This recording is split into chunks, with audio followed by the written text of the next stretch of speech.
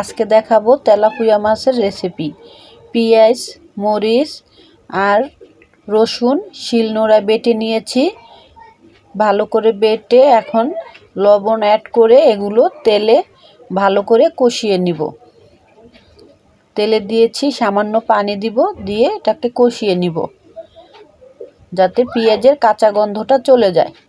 মশলাটা যখন আমার সুন্দর মতো কষানো হয়ে যাবে তখন এখানে আমি মাছ দিয়ে দিব। 2 পিস মাছই নিয়েছি, রাজকন্যা রাজকুমার খাবে তাই 2 পিস মাছই নিয়েছি। সাথে আবার ফুলকপির 2টা ফুল নিয়েছি, কেটে আবার এরকম করেছি আমি। 2টা ফুলকে কেটেছি, 6 পিস হয়েছে।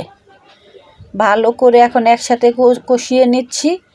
এইভাবে রান্না করলে তরকারিটা অনেক স্বাদ হয়।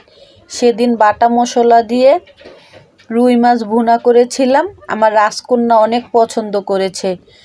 বলতেছে আম্মু আরেকদিন করে দাও। আজকে আবার তেলাপিয়া মাছ এইভাবে করে দিলাম। তেলাপিয়া মাছগুলো আবার টাটকা ছিল, তাই ভাবলাম এটা টাটকা মাছ দিয়ে করলে এইভাবে কষা তরকারিটা অনেক স্বাদ হয়।